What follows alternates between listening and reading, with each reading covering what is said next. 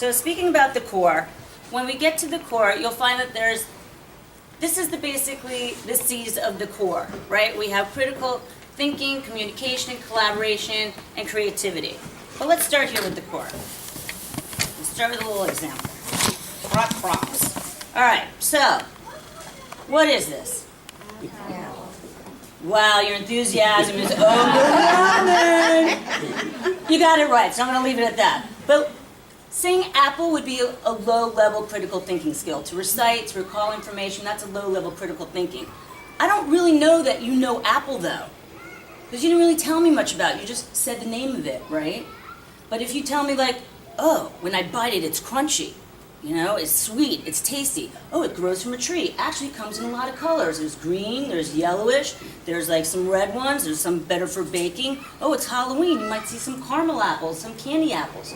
So when you tell me all this stuff, that is Common Core. That's explaining how you know, all right? And that's basically what the core is asking kids to do now, is explain how you know. You can't just find the answer, because cut and paste is memorization.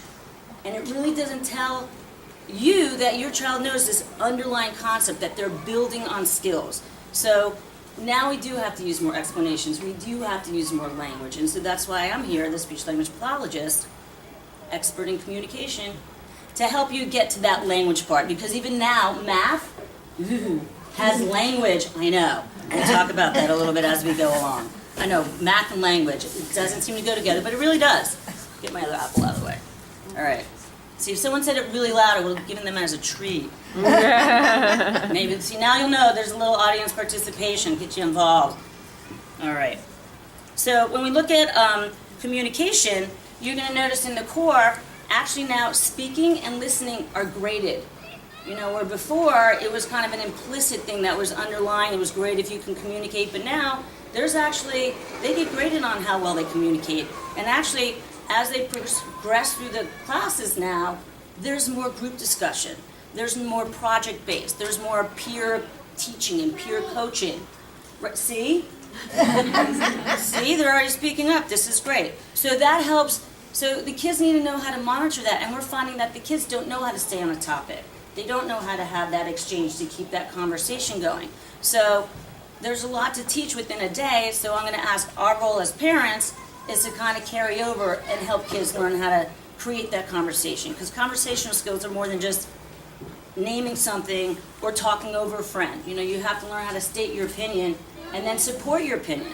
Because that's a big thing of the Common Core now, is citing evidence, giving examples. So even doing that in speech, to say like, oh, I had a great day at the beach, well, you gotta go with the next step. What made it a great day? Oh, because you went boogie boarding with your brother and you found some cool shells at the tide pool. You know, you're by giving examples like that, you're showing how to give evidence of why that topic statement made sense. But I'm going to give you examples as I go along. I might even speak slower as we go along, but right now I'm very excited to be here. And I'm from the East Coast, so it kind of goes like this anyway. I know, I've been here for 20 years. I know it doesn't make a difference. All right. So when we talk about collaboration, that is the idea of working with others and using our social pragmatic skills. And then for the creativity, we're finding that a lot of the kids now, these projects are just magnificent, right? And they seem like they're a little bit too much, but really most of these projects make the kids talk about it. They have to paraphrase. They have to translate and interpret their information and maybe make a model, show a project, do a drawing. So all those are critical thinking skills, and we're going to get to this list of 21 skills that are throughout every content area that the kids have to practice. All right, we'll leave it up there for a second. I want to talk to you about a little bit about the idea, the general idea of school. The general idea, I think, is building habits of mind. There was a guy back in the day, his name is Dewey. And he was an educational reformer back in the 50s. And it's interesting because what he talked about is a lot like the core now. He talked about habits of mind. The idea that kids need to learn how to think about thinking, how to do a repeatable thinking process so that they know they could use that rules and application later in life. To have some plasticity, to realize once you learn a new thought, you can restructure your thought to have bigger ideas. and that there's an interdependence. And a lot of this is the core. You know, we have the same goals as educators and parents. We want the kids to be self-reliant, self-directed, and self-learners. I mean, you've got the internet out there where a lot of the information can be looked up, right? So that's why this low level of recalling information, remembering and reciting isn't enough, because the information's out there. If you have the keyword and the main idea, you can get all this information, but you're going to need now critical thinking skills to figure out what's relevant, what's irrelevant, how do I stay on topic, because then you have all these other flashing things that could take you to another site, and then, you know, 20 minutes later, you haven't found what you were supposed to find because you couldn't maintain focus, you couldn't manage yourself, you couldn't stay on topic. All those are language skills. All those are critical thinking skills that your kids have to practice. And it takes a lot of practice, because that's why there's grade 1, 2, 3, 4. I mean, there's a reason. It doesn't end at one grade. You're continuing to scaffold those skills. So critical thinking skills are inherent in everyday life. So I think the Common Core is like essential life skills. So I know it takes a lot of work now in some of the areas, but it's life skills. It's not just a school thing anymore. All right. So the new national standards want kids to process problems. They have to cite evidence, like I said, in oral and written language. And another one is understanding the speaker's point of view. And usually that starts in conversation, but it's also they have to interpret what the author is saying, right? Because now they're getting more into richer text. And what that means is that there's more information, the language is more complex, the sentences are longer, the paragraphs are a little bit longer, and sometimes it's nonfiction, so it might not be as exciting. You know, there's not that high interest. But kids are still going to have to pull out that meaning and be able to talk about it, not just naming details, because that who, what, where, that's low-level thinking. We're getting now into the how and the why, all right? So as adults, these kids are going to learn how to problem solve, be adaptable thinkers, work well with others, and engage with others. So let's talk about, wait a minute. Yeah. So here's the difference, is that it's beyond the bubble. You know, with the old standardized test, you could just, you know, you fill in the bubble, but like I said, we didn't know how you knew. And so now the kids are going to have to explain their answers. And how we access the information is a little bit different. You know, you'll find probably with the homework there's a little more complicated questions. You know, you have to have more than one answer. You have to show your work in 2 different ways. And that's a good thing. Because let's say I'm having a party at my house, and it's a fabulous party. Now you can get to my house a few different ways. You can take the 73, you can take the coast, you can take the 133. But if one of those roads are out, if you don't know other ways to get there, you can't come to my fabulous party. So it's important that you know more than one answer, and that works in life. When you come to a table and you have to brainstorm, you can't repeat the same idea over and over. You know, what's the point of a think tank? You have to use knowledge that you already have and build on that. And that's what all this practice is. How we test for comprehension, like you're noticing, is a little bit deeper. You're going to need those critical thinking skills. So let's talk about, let me see what we are on this one. So let me go back a little bit and talk about how we develop language. Because it's so automatic for most people that you don't realize like how we get it.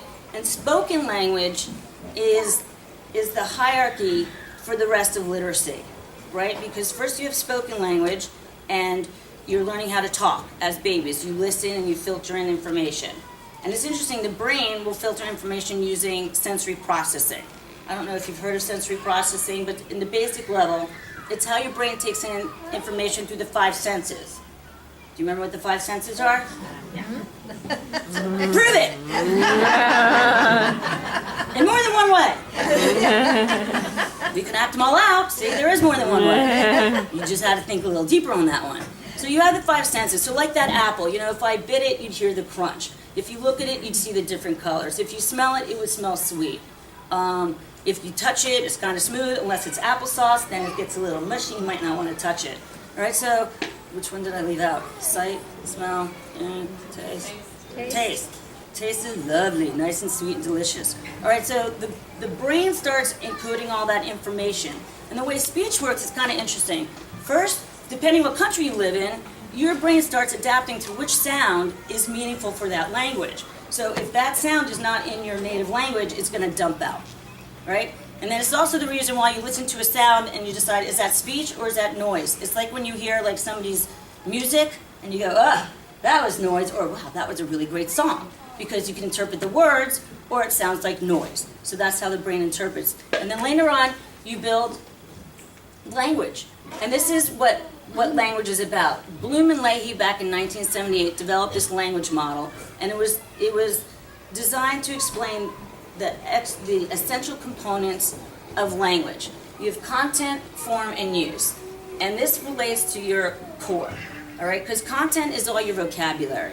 And it's more than just naming vocabulary, it's the concepts. It's a relationship between the vocabulary. And it's understanding how to explain a concept more than just labeling that object, right? So you have to use your skills to explain in a lot of different ways, and the relationship between things. Form is the sounds of language. So like I said, you hear certain sounds, and then it's a building block.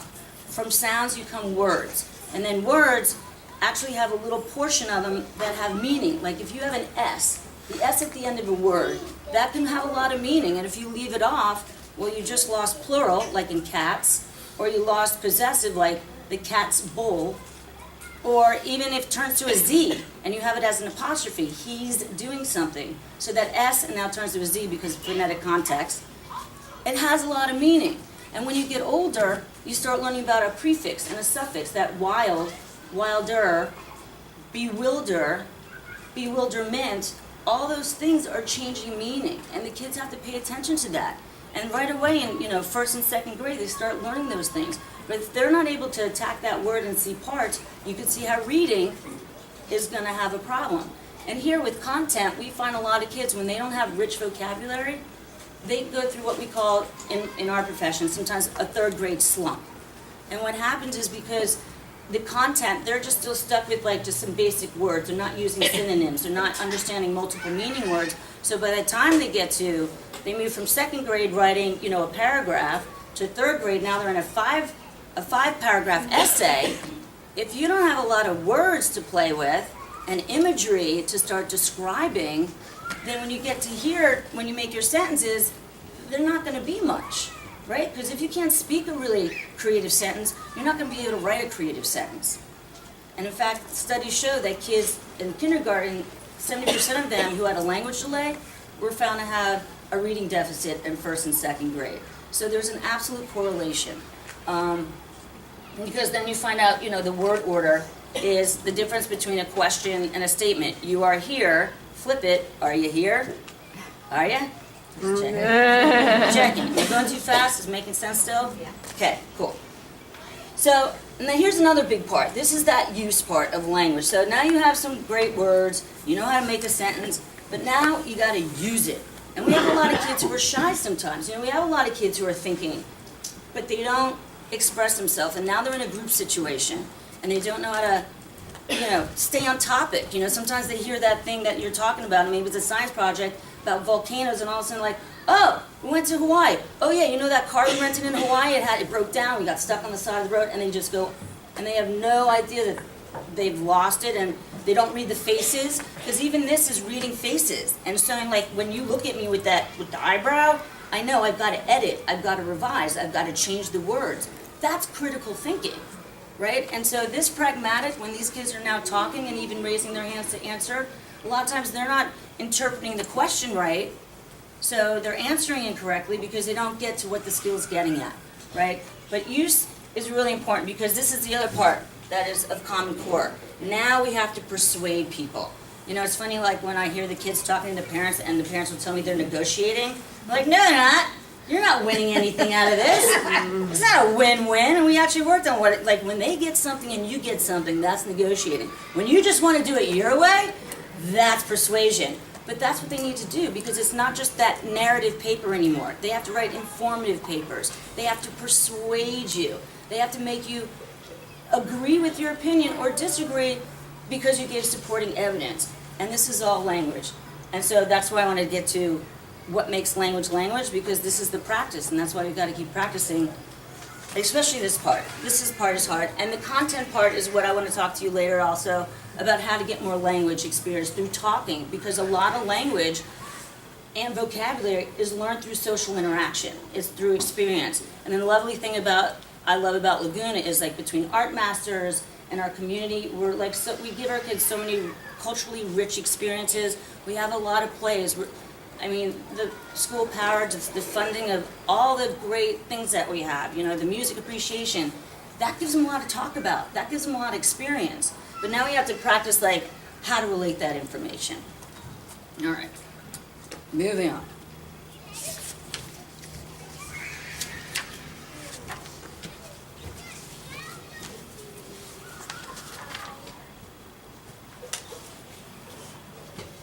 So this is where we want to move.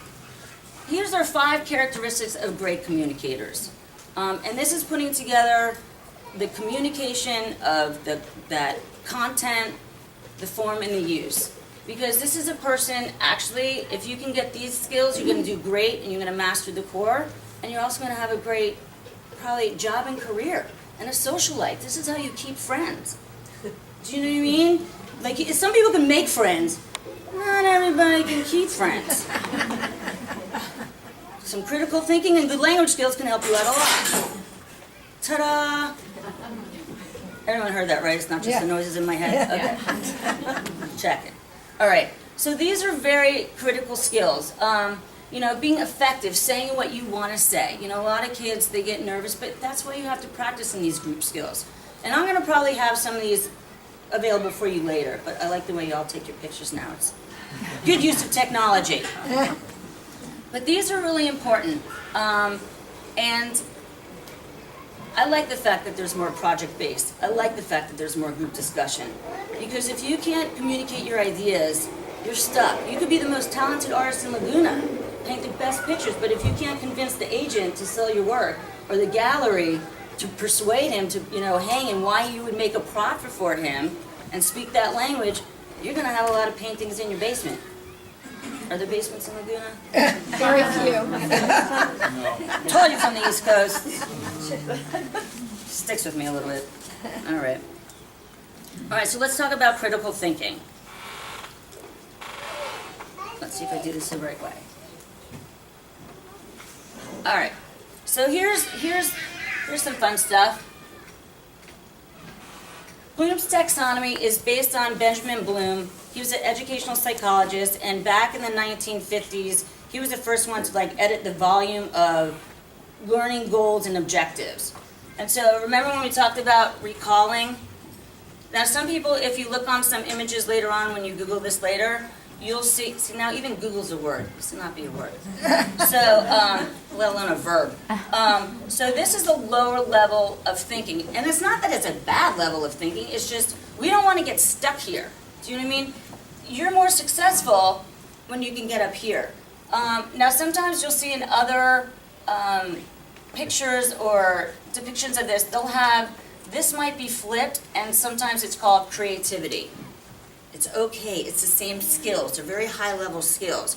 And that's as you move through, and that's what math is doing to you now, besides making you cuckoo bananas.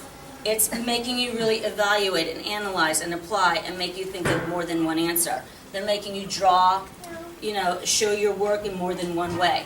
So these are the skills, and like I say, you can Google this, Bloom's taxonomy, and actually it's been revised over time, so now there's even one that they have a digital one, and they'll show you where texting goes and blogging, because if it all superimposes, right? So and in fact, in the beginning they used to be just nouns, and now they started making these verbs as critical thinking skills because it's an action, it's always something you're doing. So this is the attempt of moving your kids through these critical thinking skills. This is the framework. And teachers use this as a way to structure their questioning, to get to these critical thinking skills. So throughout the day, that's what they're going to, let me show you a different chart that gives you another way to look at it. Oh, wrong thing. Nope, wrong way. All right. So basically, that's another way to look at the same information. So those are all these critical thinking skills that's across all domains, all content areas, including math, and especially language. So that's what we want our kids to do. And so we have the common goal. Parents and educators. this would help your kids become successful in life and be able to get a job, beyond the college career, because I know it's college readiness, but not everybody goes to college. And we have some entrepreneurs that are, who needs college? They're able to, right? They're able to start their way because they're able to do these things and interpret information and data. All right. Critical thinking, the other part I wanted to mention about critical thinking is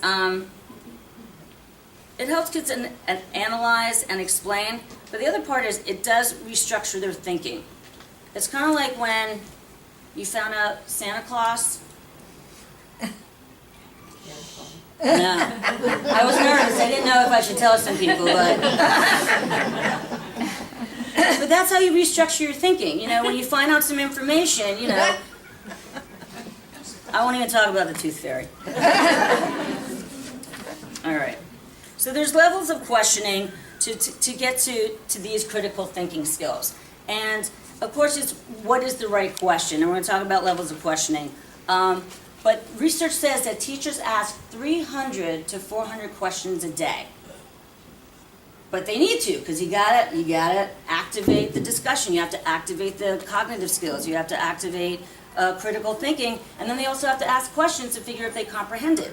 So there's a lot of questions. And it's also asking the right question, because there's what questions to get at information, but then it's like, what is the difference? Because now you're comparing. So we'll get into some of these questions. And that's actually how I got to my app, to talk about that a little bit. It is called How Do You Know, because I found out the kids can answer the what, where, who, but if I said, how do you know that's a zebra? They would say, 'cause. Not enough. And then we talk about, let's talk about the parts, and I would explain explicitly, you have to give me a visual clue. And so we started with the framework, because I see. The language framework, because I see. So now they know to look for a clue, right? But now sometimes they would tell me because it has a tail. And now I have to talk about, well, that's not the most salient feature. A tail is not what makes that a zebra. Black and white stripes, that's what makes it a zebra. And they will say, well, what about a skunk? Well, I said stripes. So there's that. So that's what we get into of explaining how you know. And that's what's important, because the who, what, when is not always going to cut it. And as you see, when the kids are now having to discuss their text and summarize, it takes a lot of language to do that, right? It's beyond like finding who the character was. Now they have to explain what was his motivation. How did the other characters feel about him? And I usually work with the kids teaching them the character feels one way in the beginning, and by the end of the story, something happened to them. What happened? What was the kickoff? What was the consequence? How many attempts did they make to overcome their obstacle? Because they go from little episodic stories to like these long chapters, and then even longer, and they have to follow through. So here's some of the question levels that teachers get to. Level 1 questioning is that who, what, where, when. And that's when kids are asked to describe, identify, and define. I think I skipped one. Let me see if I... Did I take it out? Am I taking it out? No, I did. Oh, there it is. Give you something to look at while you're listening. Because these are the domains, these are the verbs that go with it, and then some of the student products that you would see, like what would they have to produce.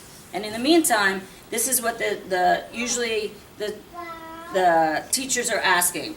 At a higher level is asking to infer, compare, contrast, sequence, and categorize. This is when the teacher will be like, what is the main idea? What is the author implying? What's the difference between this society and that society? How can you compare these two civilizations? In science, what happens if we mix these ingredients together, these elements and chemicals? And the students have to demonstrate a story comprehension by discussing the characters and their perspective. And they have a lot of hard times dealing with perspective. Then when you get to a higher level of questioning, a lot of the questions require the students to classify, synthesize, pretend, deduct, dissect, visualize, reorganize, predict, critique, praise, rank, design, event. Yeah, I saw somebody's face like, whoa, I know. They're going to school, you're not going to school, don't worry about it. We just have to help them, and I know that's the hard part too. So now kids have to understand this rich text and compare information across information, because the higher levels you go, you'll find out they have to pull in more research and be able to talk about that.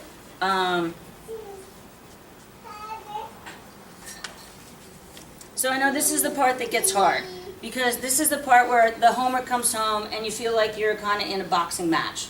You know, like, oh, I got this one. Ooh, wait, maybe not this one. Then, oh, what was this one again? Oh, you know, and I know it's very hard, because I think part of the underlying, I think something people don't talk about is when the homework comes home and y'all don't know what to do.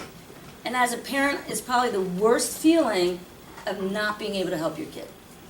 And I think sometimes that's a discussion that hasn't really been discussed, because it stinks when you feel inadequate. You know, when some work comes home and you feel a little bit like, I don't know how to do this. But that's why I say homework is a learning lesson. Homework is supposed to be practice. When I speak to teachers, they tell me homework isn't the test. So I know you're frustrated, but you gotta kind of check that out the door, because your bad attitude, it transfers. And if you're there saying, oh, this is so ridiculous, I can't believe this, I don't even know why the teacher's making us do this, well, guess who's going to say that 1 week later and go, just like that, I don't want to do this, right? But here's the little perk of homework, all right? Here's a little hidden gem of homework. It actually teaches executive functioning skills. Have you heard of executive functioning skills? Okay, this is a nice term. And this is how we manage ourselves. This is actually a skill you start learning early on, but you didn't realize you were learning on. Executive planning skills helps you manage yourself. So when you get that homework, you know, or that project at work that you don't want to do, you're not, you know, and if you have to teach your kid, let's have a calm body, let's take a deep breath, and use that moment like, I know this is frustrating, I know it's hard, and you know what, I don't know what to do either, but you know what I do at work? When I need help, I call a friend. And you're allowed to teach them to phone a friend. That's acceptable. I mean, that's part of collaboration. That's one of the core curriculum standards, is phone a friend. You know, and you could say, you know what, who do you know in your class that could explain this to us? And say us. Us, absolutely us. You know, you make this a learning moment and say, I'm willing to learn. I learned it a little bit differently. Doesn't mean it was the right way. It's just a different way. It's different language. I know the whole remainder thing is freaking everybody out. Carry the one. But you know what? If back east they told us why we carried the one. And if you can't remember why you carried the one, now you're going to get reminded of all that language, right? And like for me, if I stuck with that premise and I didn't apply it to another level, when I test kids, I have to use a test date and their birth date to find out their current chronological age. But if I just use that old standard of like just carrying ones, the way you set it up is year, month, and date. So if I carried something, well, that's a month. I can't carry just 10, I have to carry 30. So you see, I had to apply that information to later on in life. They will actually apply this stuff using language and math. I know it sounds weird. But the idea of homework is practice, and to figure out solutions together, and learning how to manage yourself. And helping your kids organize the homework of, hey, let's decide what's going to be the easiest. Do you want to do the easiest stuff first, or do you want to do the hardest stuff first? You know, and that's learning how to organize, because executive functioning, just to finish that thought, is planning, organizing, prioritizing. It's initiating a task, sustaining your attention through the task. See, this is why homework is good practice. And then it's also being able to step back and analyze, how did I do? You know, and that's when you say, did you check your work? And the kids go, yeah, I did. And then you check and like, good, check your work. Because you need to check your work, right? Especially if you're building an engine. You know, and I use examples, you know, do you want the guy who's building your engine in your car to like just, that's good enough. You know, do you want that doctor who works on you like, I kind of reviewed it. Yeah. You know, we don't need to review it. So we try to use real life examples to show the meaning of why you need to practice. And so homework, while it might be a punch to the head and a blow to your ego, use that as a learning moment to figure out, how do we figure this out, you know? And I've had a lot of teachers say, they've called, and in one phone call, it works it out. There's a study session, there's a way to bridge that gap. So, I know homework, I don't know, breathe, calm, yoga. All right, so that way. Oh, that's my app. Moving on. All right, so here's the big idea, is that we want our kids to be literate. And literate is more than just reading and writing. Literacy now is really knowing the underpinnings, how to talk about things, whether it's in math, whether it's social studies, whether it's science, to talk about it and explain how you know. Because, look, I remember back some of the math stuff, we did it, please excuse my dear Aunt Sally. Does that ring a bell with anybody, or you're too young? See, you're laughing. Thank you. I only need one. Right, and that was like parentheses, exponents, multiplication, and this is why too, well, I'll look at some math and not get it, and thank goodness my husband's a math teacher, and he helps explain why I do this. I'm like, thank you for explaining, because I remembered something there, and then the language actually made it more meaningful. It really does make it more meaningful, because then you could apply it to something later on. Because if you just memorize it, how do you build on it? It's just not enough. All right. So let's talk about tips to creating some conversation, because it's hard talking to your kids. Especially when you have a phone in your hand and they have a phone in their hand. And this will be a good segue for, I'm going to go to that other conference. Put the phone down, all right? So here's some ideas about creating conversation. And just remember that speaking and listening, it needs a lot of practice, right? Because if it's not high interest, it's easy to check out. And kids are distractible. If the fan's on, you talk about the brain, the sensory processing, there's some kids who are like a little visual. So if there's something over there, yeah, I'm listening to you. And we talk about like whole body listening.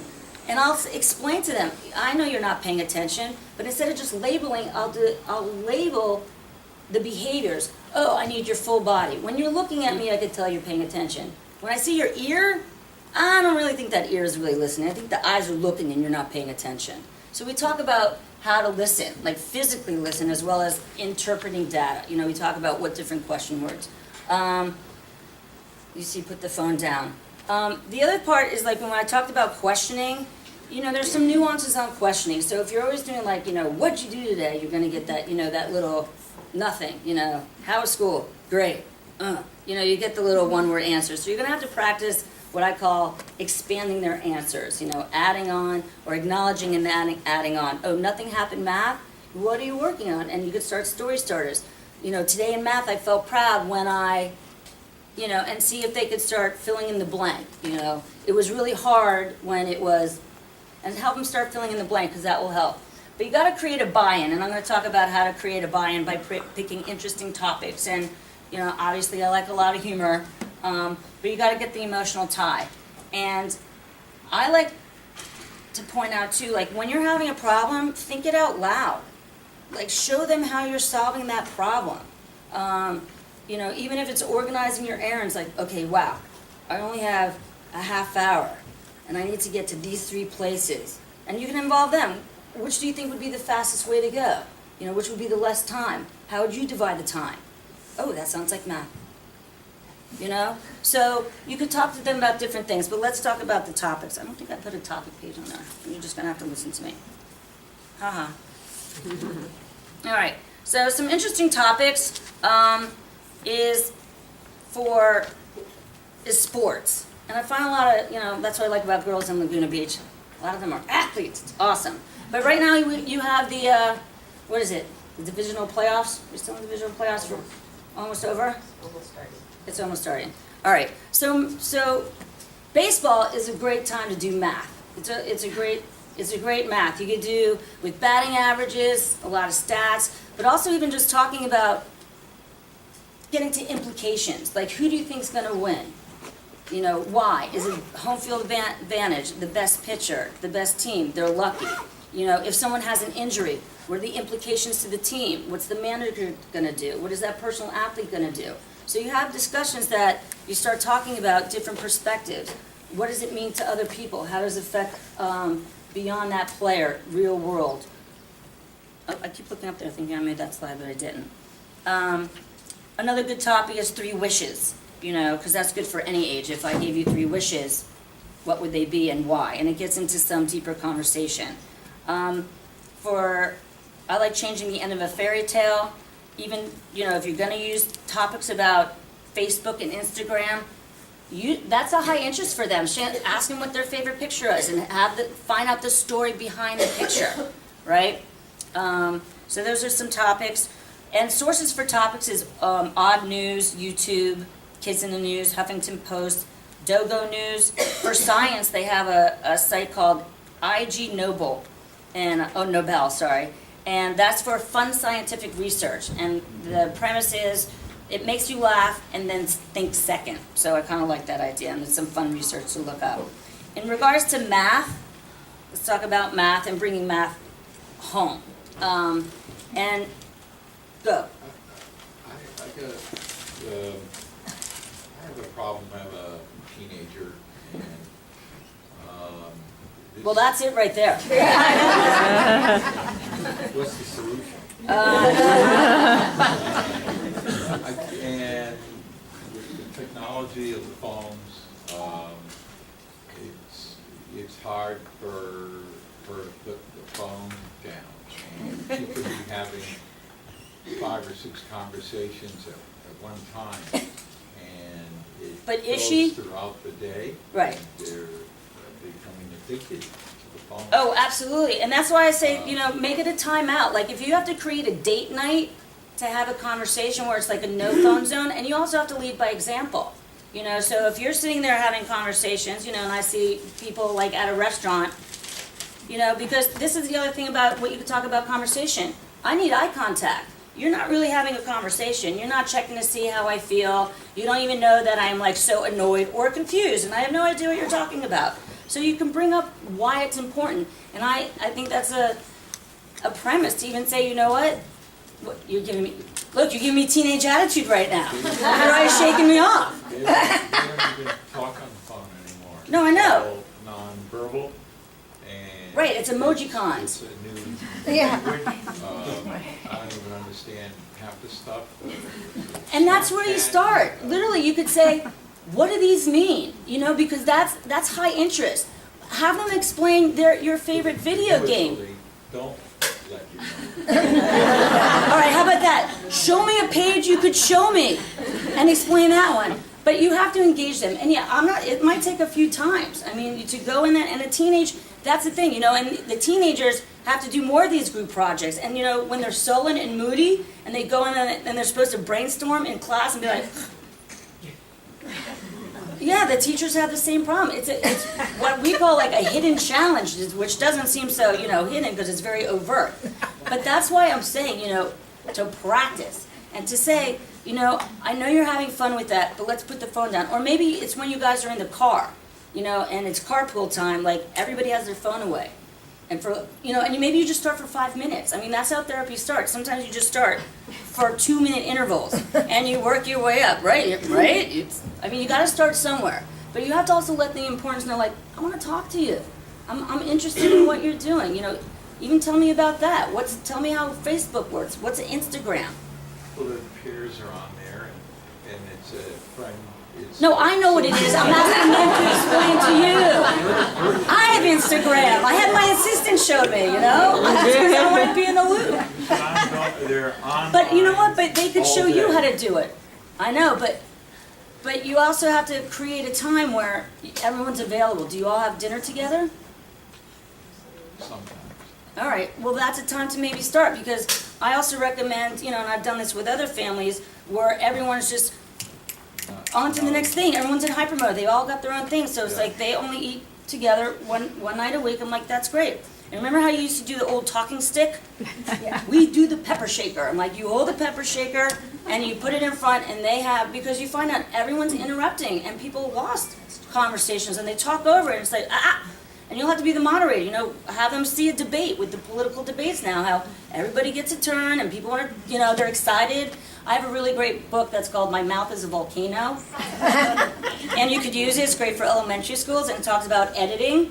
And it's a kid who just, he can't wait. I'm just so excited. I just have to tell you all my stuff right now. And it's like, well, this other kid, and you talk about how, like, well, wait a minute, you're stealing my time when you interrupt me. You're really butting your turn. If you stood in line, you wouldn't, like, move somebody else out of the way.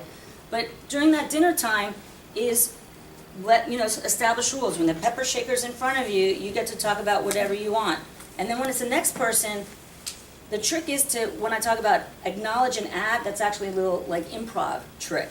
So you acknowledge what that person said, and it's a great conversation skill, like, oh, you said that you don't like the Mets because their team colors stink. You know, I like blue because of this, this, this. So so you acknowledge whatever that person said, and then you add on. And then that person speaks. But you gotta practice. And you'll find out, sometimes the families have come back to me like, wow, that was really interesting. Awkward. And that's the thing. When you first start doing anything new, if you feel uncomfortable and awkward, you're doing it right. I mean, that's how it is with something new. It's odd. But it's a skill that you're going to have to get in there, because the more removed they get, the less they're going to be able to have a conversation. And to let them know, that's how you relate with people. Would it be wrong to converse with them through the, virtually, even though they're sitting right there? I mean, Yes! Absolutely. I'm a speech language therapist. Yes, it would. Because look, you know what? You can play this game with them. Express themselves, because it's all now through, they can express themselves a lot better through the phone. Right, because but it's representational. So I don't know how well they can. It's just good enough. Oh, I'll just send you a smiley face, thumbs up, yeah. But they're losing a complex sentence. You have to practice saying a complex sentence to read one. So I say, have an experiment with them and say, all right, you think you could talk to me over the phone? All right, and have them do that and say, all right, am I confused? How do you know? You have to look at me. You have to read people's language. And tell them, look, it's very hip to read people. Because if you could read somebody's facial language, their body language, you can throw shade. Ask them what that means later, too. Hashtag shade. It is more difficult to confront someone face to face than it is, sending an email. Oh, absolutely. Well, that's the thing. You have to be face-to-face time. Right, and just, you know what? You put your arm around each other, you're like, I want to have a conversation with you. What do you want to talk about? Let's go for an ice cream. Put the phone down. There's nothing more irritating than that whistle. What's a whistle? All right, we're going to talk later. We're monopolizing You don't things. know about the whistle? The whistle? Yeah. It's a ringtone. Oh, it's a It's the ringtone. most obnoxious ringtone. I can see by your eyebrows you really love it. All right. I can't answer every question, I guess. All right, so let's go back to math. Where are we at? All right, so a fun way to do math is baking or cooking, and that's good for any age, and that way, too, you might get dinner out of it. So why not? And the nice thing you could do is divide the recipe in half, because that's good math. And then you could show them by different ways, by diagramming how to get to that fraction. You can use a measuring cup, the wrong one, and show them like, oh, we have to increase. So it's a fun way to talk out language and math. For older kids, follow a stock. Make some money for you. All right. In a restaurant, a fun way to build, when we talked about content and fun language, be a secret diner. Not so secret, you can be out loud. But, give a nice food review. Be very descriptive in your language. Was it juicy? Was it tangy? Was it bitter? Describe, oh, there's, 3 layers of this cheesy tomato sauce oozing from the sides. Starting to get a little hungry. So it's a way to get some more flavorful language in there. Be descriptive, and by you modeling it, by saying, oh wow, this is my eyes are eating this feast, and just using idioms and metaphors. That's how they learn by you giving that example. Another one is, I think this is a fun one. I've had some families because there's so many reality shows, and let me go to that critical thinking chart. Oh, I did have something for that. I see it for that. Thank you. Oh, see, here's a good one. Carrie. No, I'm just kidding. Just kidding, Carrie. Oh, wrong way. All right, this is not my computer, and I'm not learning very well. All right. All right, so I just want to go back so that you could see how these little things are going to be getting to these critical thinking. So with all these reality shows, I'm having the kids, or the family, because this way it gets you all involved. You watch the same TV show, you might be able to talk about it, and you become the judges. And so this is where you're critiquing and you're evaluating, and you decide all right, what's our criteria? We did America's Got Talent because it had so many different things. Are we judging? And you decide, you discuss. It's a great group discussion. Are we deciding, is it on costumes? Is it talent? Is it originality? And then you have your scorecards. What are we scoring? 1, 2, 3, 4, and you start, deciding 4 stars, 5 stars at the end. You can add it all up. You decide who your winners are. You can decide, did you agree with the judges there? And it's a fun way to work in critiquing and analyzing and evaluating in a fun way. Those are critical thinking skills, but in a fun way. And you might have a family night. Okay, your family's just, I'm just kidding. Do you ever have game night? The TV is now viewed through the phone. It's, So you're just not included in your family's life at all? It's all going right to the phone. We're all going to the phone. Well, It is. what happens if you didn't pay for their phone? No, the phones are practically free today, and so is the service. Free Not Wi-Fi.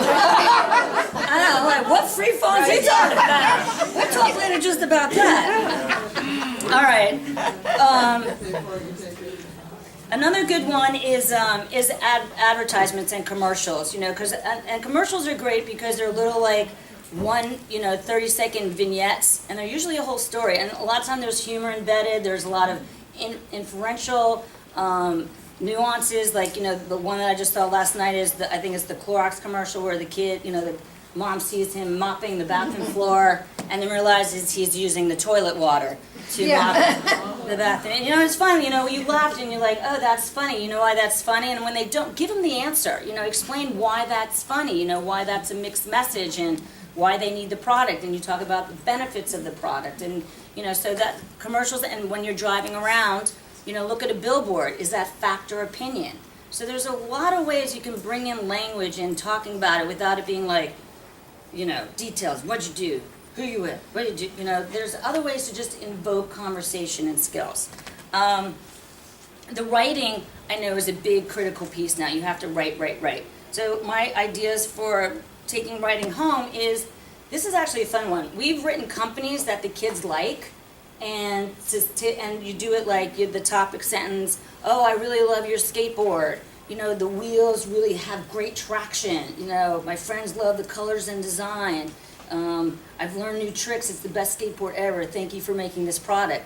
And we found that they get sometimes a little swag, from the companies. They get usually a little letter, sometimes some stickers, sometimes a coupon for the parents to buy some more things.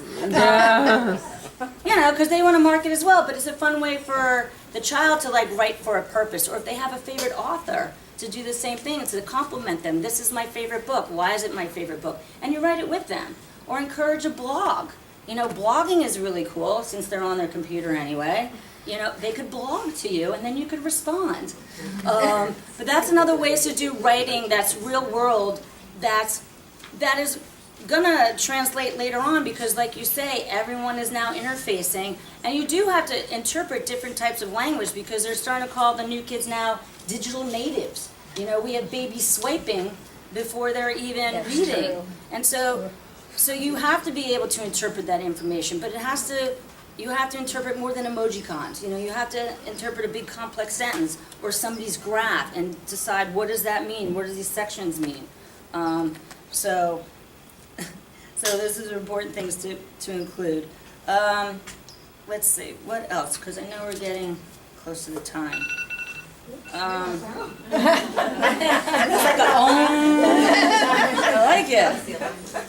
The other big shift is the nonfiction. There is the big, usually it's like 50-50 of literature and then the nonfiction. And this is where I say, use the kids' interest for the nonfiction. If they like sharks, get them a shark book. If they like gross, disgusting bugs, get them the gross, disgusting bug book. Or even now, this is where apps are kind of nice, and there's a lot of free apps that have even nice. There's one called Reading Comprehension that I use that has short stories, and there's actually question comprehension at the end, and then they go to the next one, and it's different grade levels. And it's nice because a lot of kids are interested in animals, so it's a good way to get them to practice on their own nonfiction reading. Others is, if they're interested in baseball or sports, find, maybe your hero. If it's Jackie Robinson, have them read about that, or read with them. And even if it's a short article, that's ways to bring in nonfiction. We have some other ones that we use sometimes, social stories, meaning like to kind of give kids the idea of how to act and behave. We'll pull books of think it through, work it out, and we talk about things like that. Rochelle Warner Garcia has one called The Social Detective, and that helps kids think about what other kids are thinking and what's expected and unexpected behavior, and that's a really good book about learning how to do whole body listening and thinking about others. Other nonfiction, Sports Illustrated for kids, National Geographic, highlight magazines are great. There's even a young one it's called High Five for kids that are 5 and under. And I like magazines like that because they're not committed to the whole thing, because you want to still keep reading fun. And usually with highlights there is some fun math and science as well. And the other one that I like is for elementary is called Diary of a Fly. And it's it's a fly who wants to be a superhero, but it has a lot of embedded fun facts for them to learn. So it's embedded in there, and they have a way to learn at nonfiction. All right. For social situations, I think it's fun to do a social I Spy. You might as well use people in the environment, and you could do it this way. And it's kind of reading people, but you demonstrate like, oh, I see that guy in line. I see he's so frustrated. I can tell he's frustrated. He's got the face and his arms are covered and he's tapping. Let's figure out why he's mad. Do you think it's because the cashier is too slow? There's too many people in line. They can't figure out the buttons. So you're talking out loud what that social interaction looks like. Because if their head's in the phone, they probably don't know how to read body language. They probably need a little help with that. And encourage like, oh, that behavior's out of line. Look at that guy. He just butted. He just interrupted. So you're outlining things like that for a social I Spy. All right. What else? Card games. I like card games because the kids are kind of sequestered. They can't get away. And that's why I say, and that's where you could say, I'm collecting your iPhone for like the next 10 minutes. You could have a revolt and you could have a discussion about that. No, but on the phone. what? Pack of cards and anyone. What? Play on your phone. You're just never going to take that phone The away. phone has replaced everything. It's Yeah, but it doesn't have to be in their hand when they get in the car. That's the new rule. When you're in the car, for the first 5 minutes, we're going to have a conversation. You're like, no, we're not. All right. the design of the cars for phones too.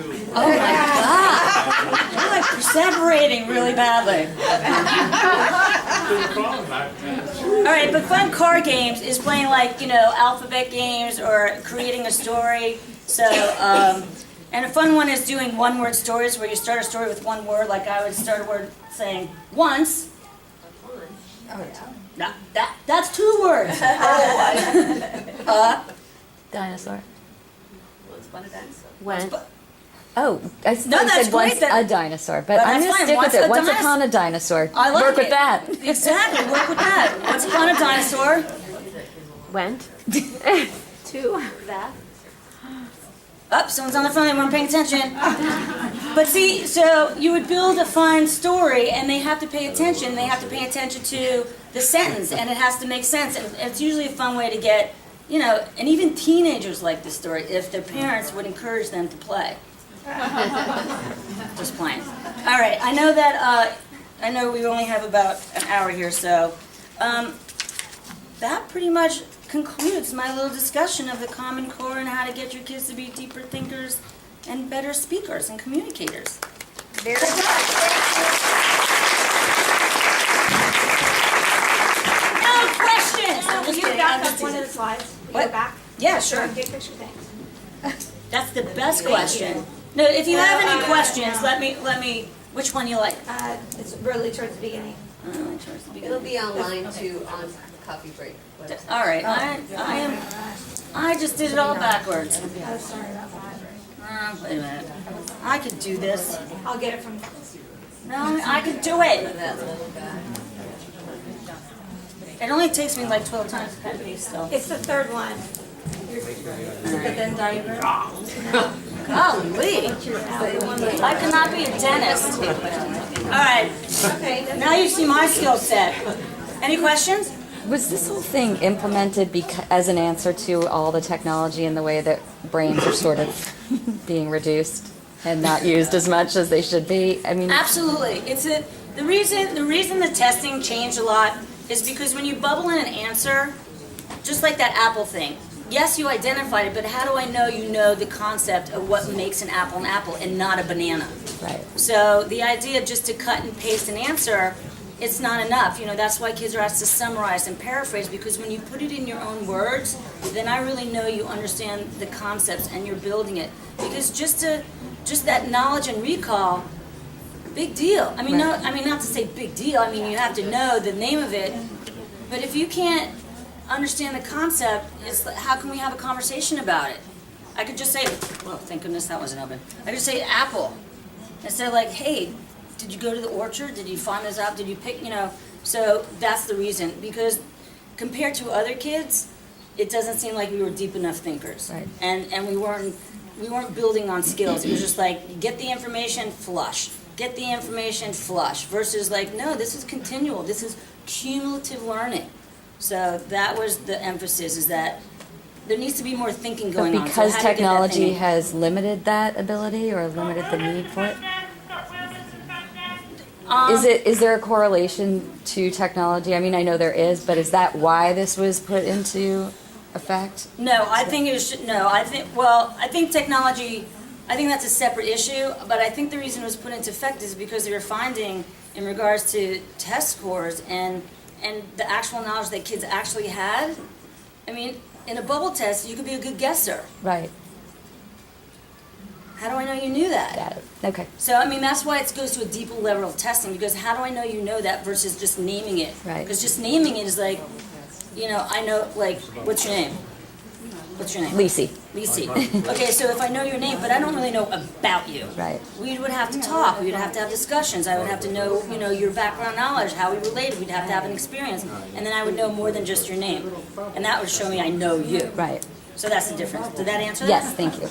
Now what I think is interesting about the technical thing, that all the technology, is that now kids have to interpret so much more data in different way. Like the gentleman was saying, oh, he left. Did I scare him away?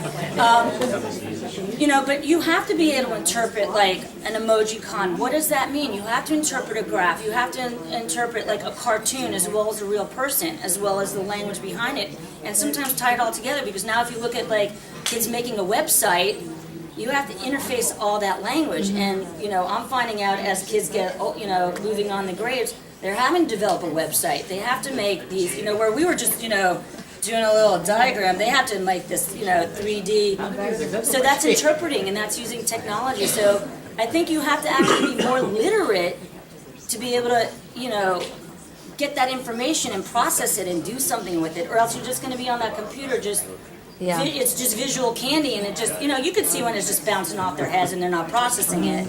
But when it's meaningful, you know, you have to interpret across, because they're calling it like, they're calling that visual literacy. Because even on my app, some people complain, oh, why do you have some pictures and why do you have some photos and why cartoons? Because the brain is now being exposed to so many different graphic representations.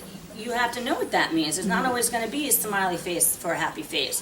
It could be, which looks odd, but it might be that. Yeah.